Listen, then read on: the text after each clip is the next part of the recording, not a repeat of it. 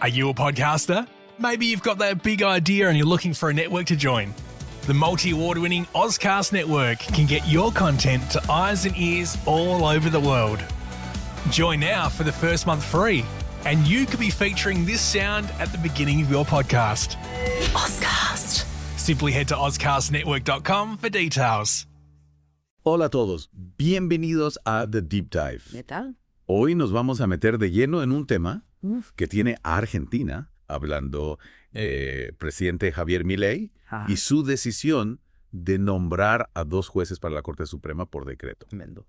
Sabemos que muchos de ustedes, especialmente en Argentina, Claro. siguen de cerca este caso. Por supuesto. Y con razón. ¿Es? Porque no se trata solo de nombres y cargos, ¿verdad? Acá estamos hablando de poder de política Exactamente. y de cómo funciona la justicia en nuestro país. Totalmente. La Corte Suprema es el último bastión de la justicia en Argentina. Claro. Y quienes la componen y cómo llegan ahí impacta a todos. Exacto. Recordemos que la Corte tiene 2 vacantes Sí. y Milei propuso a sus candidatos, Ajá. pero las nominaciones se estancaron en el Senado. ¿Y qué hizo Milei? ¿Qué hizo? ¡Zas!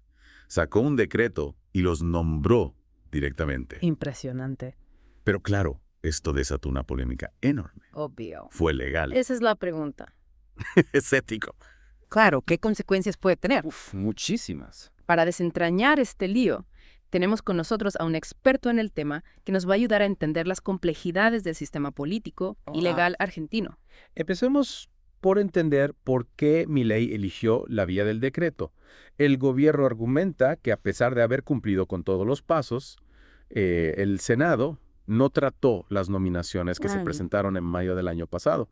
Básicamente dicen que hicieron todo como corresponde, Claro. pero que se encontraron con una pared en el Congreso. Ajá. O sea que, según el gobierno, Milei no tuvo otra opción que actuar por decreto. Exacto. ¿Y qué dicen sobre la Corte funcionando con solo 3 jueces? Justamente ese es otro de sus argumentos, que la Corte no puede operar Claro. eficientemente con solo 3 jueces y que este decreto busca normalizar la situación. Claro, buscan presentarlo como una medida necesaria para que la justicia funcione. Sí, Pero como era de esperarse, no todo el mundo está de acuerdo. ¿Cómo han reaccionado los diferentes sectores políticos? Las reacciones han sido, digamos, explosivas. Por un lado, el oficialismo, como es lógico, aplaude la decisión de Milei. Por la oposición está Cetrina. Elisa Carrió, una figura política de peso, la llamó un verdadero horror, Tremendo. diciendo que es un ataque directo a la división de poderes. Un verdadero horror. Parece que Carrió no se anda con chiquitas. Y desde el punto de vista legal, ¿qué argumentos se han presentado en contra de este decreto? Bueno, Andrés Gil Romero, un reconocido abogado constitucionalista, argumenta sí. que los nombramientos son directamente inconstitucionales y predice que el Senado los va a rechazar cuando se reanuden las sesiones en marzo. O sea que hay serias dudas sobre la legalidad de la jugada de Milei. No es la primera vez que un presidente intenta algo así en Argentina, ¿verdad? Tienes razón. El expresidente Mauricio Macri también intentó nombrar jueces por decreto al principio de su mandato, pero ante la lluvia de críticas, tuvo que dar marcha atrás. Sí, interesante. Este nuevo caso parece reabrir viejas heridas. Nos recuerda que la independencia de la justicia es un tema delicado en Argentina, Sin duda. con una historia complicada. Exacto. Y nos lleva a preguntarnos, ¿hasta dónde puede llegar el poder presidencial? ¿Quién controla a quién en este juego de ajedrez político? Preguntas claves. Pero bueno, más allá de la polémica por cómo se hicieron los nombramientos, ¿quiénes son estos 2 jueces que Milei quiere en la Corte? ¿Podrías contarnos un poco sobre ellos? Empecemos por Ariel Lijo, un juez con una larga trayectoria en Comodoro Pi. Comodoro Pi, el lugar donde tiemblan los poderosos, Oh, exactamente. donde se investigan los casos de corrupción más resonantes. Exacto. Lijo se convirtió en juez federal en 2004 y rápidamente se vio envuelto en casos de alto perfil, con mucha repercusión mediática y política. ¿Te acordás de algún caso en particular que lo haya tenido como protagonista? Varios. Por ejemplo, estuvo a cargo de la investigación por irregularidades en la causa AMIA. El atentado terrorista contra la Asociación Mutual Israelita Argentina en 1994. Llevó a juicio al expresidente Carlos Menem, a Hugo Anzoátegui, ex jefe de la CID, y a Juan José Galeano, ex juez. Un caso que todavía genera mucha controversia en Argentina por la magnitud del atentado y las sospechas de encubrimiento. Un caso que conmocionó al país. Y por lo que veo, el hijo no le esquivó a temas difíciles. Para nada. También investigó casos de lesa humanidad relacionados con la última dictadura militar, incluyendo desapariciones, torturas vinculadas al Batallón de Inteligencia 601 hasta el asesinato de José Ignacio Rucci, ex secretario general de la CGT en 1973. O sea, el hijo ha estado en el ojo de la tormenta varias veces manejando casos que marcaron la historia de Argentina. Sin duda. Y no podemos dejar de mencionar el caso del ex vicepresidente Amado Boudou, investigado por su rol en la compra fraudulenta de la empresa Sicone Calcográfica, Sí. la única en Argentina con capacidad para imprimir billetes. Otro caso que dio mucho que hablar. Lijo, quien se lo considera cercano al juez de la Corte Suprema, Ricardo Lorenzetti, también ha investigado a exfuncionarios y empresarios por presunto lavado de dinero a través de aportes de campaña. Sí, tiene una amplia experiencia en casos de corrupción, Claro. tanto en el ámbito político como empresarial. Entonces tenemos a un juez con mucha experiencia en casos complejos y de alto perfil. ¿Pero qué implica esto para su posible rol en la Corte Suprema? Buena pregunta. Si bien su experiencia es innegable, su nombramiento ha generado controversia. Hay sectores, especialmente las organizaciones que luchan contra la corrupción, Sí. que tienen dudas sobre su idoneidad para ocupar un cargo en la Corte Suprema. Ajá, entiendo. No todo el mundo está convencido de que el hijo sea la persona ideal para la Corte. ¿Y cuáles son las razones de estas dudas? Bueno, a lo largo de su carrera, Lijo ha recibido críticas. Claro. Algunos cuestionan su independencia y su cercanía a ciertos sectores del poder político. Claro, esa cercanía al poder es algo que genera desconfianza en algunos sectores. Exacto. Especialmente teniendo en cuenta cómo fue nombrado. Y eso nos lleva al segundo juez que Milei quiere en la Corte, Ajá. Manuel José García Mansilla, un reconocido jurista especializado en derecho constitucional. García Mancilla, un nombre que tal vez no sea tan conocido para el público en general, ¿Puede ser? pero con una sólida formación académica. ¿Qué podemos decir de él? Bueno, para empezar, es decano de la Universidad Austral, una institución privada de gran prestigio en Argentina. De hecho, Carlos Rosenkrantz, actual vicepresidente de la Corte Suprema, también estudió ahí. Mira vos. Esa conexión con Rosenkrantz nos da una pista sobre el entorno académico y jurídico de García Mansilla. Sí, y en su currículum se define como especialista en Derecho Constitucional, Petróleo y Gas y Derecho Empresario. Una combinación interesante, ¿no? Experto en derecho constitucional, que es clave para un juez de la Corte y a la vez con conocimiento del mundo empresarial. Y hay un detalle que no podemos pasar por alto. García Mansilla ha expresado públicamente su apoyo a la polémica decisión de Macri de nombrar a Rosenkrantz y Rosati por decreto en 2015. Opa. Eso sí que es controversial. Está a favor de un mecanismo que muchos consideran inconstitucional. Así es. Y no solo eso, también criticó duramente el intento del gobierno anterior, el de Alberto Fernández, de impulsar un juicio político contra los jueces de la Corte Suprema. Parece que García Mansilla tiene una postura muy clara sobre la Corte Claro, Suprema, la defiende a capa y espada y no quiere que nadie la toque. Exacto. Y con esos antecedentes, no sorprende que su nombramiento haya generado desconfianza en algunos sectores. Claro. Lo ven como un intento de Milei de tener una Corte Suprema alineada con su gobierno. Bueno, hasta ahora tenemos a dos figuras que por sus trayectorias y sus posturas públicas generan polémica y alimentan el debate sobre la politización de la justicia en Argentina. Lijo con su larga experiencia en casos resonantes pero con dudas sobre su independencia. Y García Mansilla, un académico de renombre pero con una visión que muchos consideran demasiado cercana al poder político. ¿Qué podemos esperar de estos dos jueces si finalmente llegan a la Corte? ¿Cómo podrían impactar en el sistema judicial? Esas son las preguntas del millón. No. Y para responderlas creo que tenemos que analizar un poco más en detalle el contexto político actual y las posibles consecuencias de esta jugada de Milei. Me parece perfecto. Sigamos profundizando en este tema tan complejo y apasionante. Dale. Para entender el impacto potencial de estos nombramientos hay que mirar el contexto histórico. Argentina ha tenido momentos muy complicados en cuanto a la independencia judicial con gobiernos que metían sus narices en la justicia. Es cierto. Y por eso este tipo de decisiones genera tanta alarma. La sociedad argentina tiene la memoria fresca y es sensible a cualquier indicio de manipulación de la justicia. Exactamente. Y el hecho de que Milei haya usado un decreto sin el aval del Senado ha despertado muchas sospechas.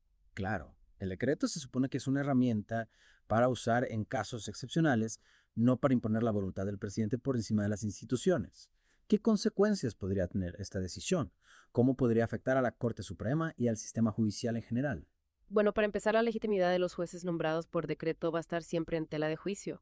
Esto podría afectar su capacidad de actuar con independencia e imparcialidad.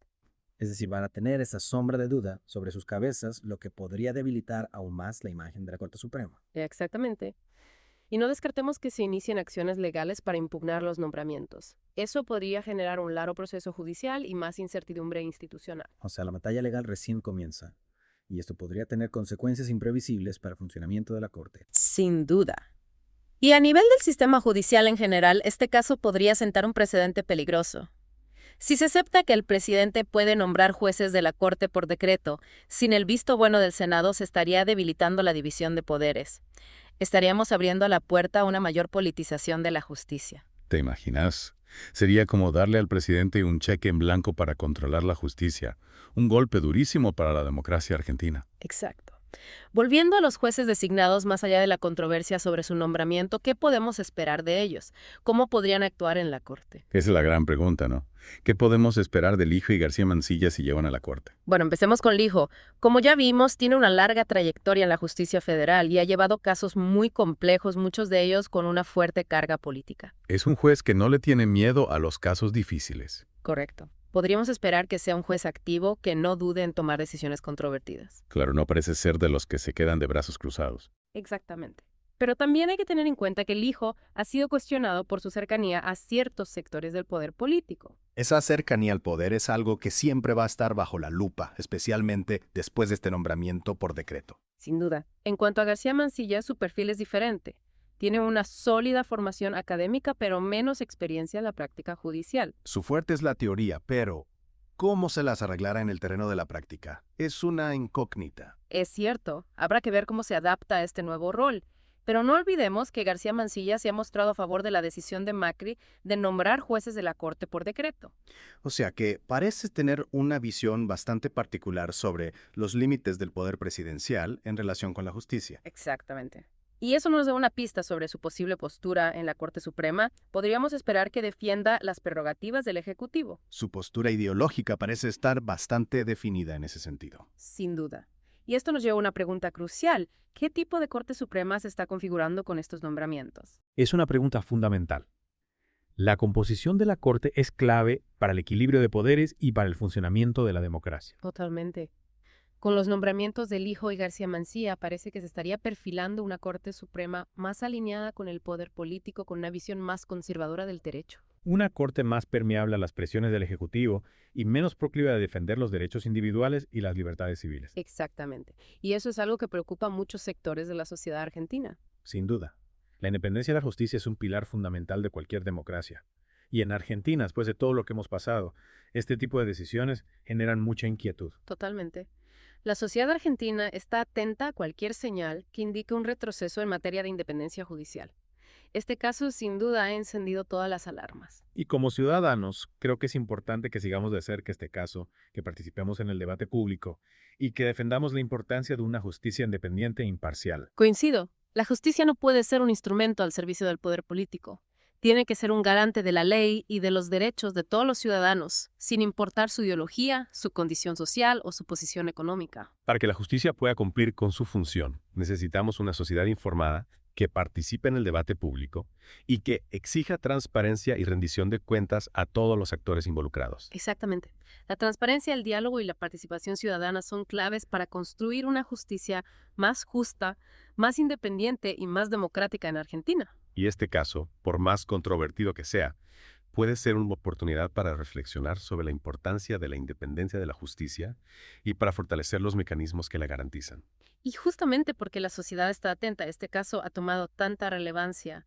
No se trata solo de dos nombramientos, sino de un debate sobre la calidad de nuestra democracia. Exacto. Nos obliga a pensar qué tipo de país queremos construir. Y eso nos deja con preguntas importantes. Por ejemplo, ¿cómo garantizamos la independencia de la justicia en un contexto tan polarizado como el actual? Esa es la clave.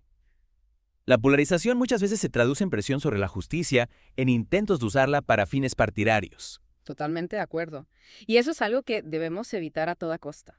La justicia debe estar por encima de la política, debe ser un espacio neutral donde los conflictos se resuelvan según la ley, no según los intereses de un partido u otro. Claro, pero ¿cómo logramos eso? ¿Qué mecanismos podemos implementar para blindar la justicia de la presión política? Hay varias cosas que podemos hacer. Primero, fortalecer los mecanismos de selección de jueces. Deben ser elegidos por su idoneidad, su trayectoria, su independencia, no por sus afinidades políticas. Necesitamos procesos de selección más transparentes, más rigurosos, que garanticen que los jueces que lleguen a los tribunales sean los mejores, los más capacitados, los más independientes. Exacto. Segundo, hay que dotar a la justicia de mayores recursos, tanto humanos como materiales. Los jueces necesitan las condiciones necesarias para trabajar con independencia, sin presiones, sin limitaciones. O sea, una justicia fuerte e independiente necesita recursos económicos que le permitan funcionar de manera autónoma. Totalmente. Y por último, es fundamental fomentar una cultura de respeto por la justicia desde la sociedad misma. Debemos entender que la justicia es un pilar de la democracia y que su independencia es esencial para la convivencia pacífica y la protección de nuestros derechos. Necesitamos una sociedad que valore la justicia, que la defienda, que no tolere ningún intento de manipularla o controlarla. Exactamente. La defensa de la justicia independiente es una tarea de todos. Y en este caso particular, el del Hijo y García Mansilla, ¿qué podemos hacer como ciudadanos? ¿Cómo hacemos oír nuestra voz? Primero, informarnos. Conocer los detalles del caso, las posturas, los argumentos a favor y en contra. No dejarnos llevar por las versiones simplificadas por los titulares sensacionalistas. Buscar información confiable, analizarla críticamente y formarnos nuestra propia opinión. Exactamente. Y segundo, participar en el debate público, expresar nuestra opinión en redes sociales, en los medios, en las conversaciones cotidianas. No callarnos, no ser indiferentes, involucrarnos en el debate, hacer oír nuestra voz y defender la importancia de la justicia independiente. Totalmente de acuerdo. Y por último, exigir a nuestros representantes, a los políticos que actúen con responsabilidad, que respeten la división de poderes y que no intenten manipular la justicia para fines partidarios. Hacerles saber que estamos atentos, que valoramos la justicia independiente y que no vamos a tolerar ningún retroceso en ese sentido. Exacto. La defensa de la justicia independiente es una tarea de todos y requiere un compromiso activo de la ciudadanía. Y en este caso creo que la sociedad argentina está demostrando ese compromiso. Hay mucha tensión, mucha preocupación, pero también mucha gente dispuesta a defender la justicia independiente. Totalmente. Y eso me da optimismo. Creo que la sociedad argentina está madurando, tomando conciencia de la importancia de las instituciones, de la necesidad de defender la democracia y de construir un país más justo y equitativo. Y en ese camino la justicia independiente es un pilar fundamental. Sin duda. La justicia independiente es una garantía de libertad, de igualdad, de seguridad jurídica. Es una condición indispensable para el desarrollo, para la convivencia pacífica y para la construcción de una sociedad más justa. Es una conquista que debemos defender con todas nuestras fuerzas. Así es. La justicia independiente no es un regalo, es una conquista. Y como toda conquista hay que defenderla día a día. En este caso, por más complejo y controvertido que sea, nos deja una enseñanza. La importancia de estar atentos, de informarnos, de participar y de defender nuestros derechos. Totalmente de acuerdo. La democracia no es un estado, es un proceso. Y en ese proceso la participación ciudadana es fundamental. Y con esta reflexión, damos por finalizado este Deep Dive. Un tema complejo con muchas aristas, pero fundamental para entender el momento que vive Argentina. Coincido. Un tema que nos invita a reflexionar, a debatir, a involucrarnos en la construcción de un futuro mejor para nuestro país. Muchas gracias por acompañarnos en este Deep Dive. Los invitamos a seguir informándose, a participar en el debate público y a defender la justicia independiente. Hasta la próxima. Are you a podcaster? Maybe you've got that big idea and you're looking for a network to join. The multi-award-winning Ozcast Network can get your content to eyes and ears all over the world. Join now for the first month free, and you could be featuring this sound at the beginning of your podcast. Ozcast. Simply head to ozcastnetwork.com for details.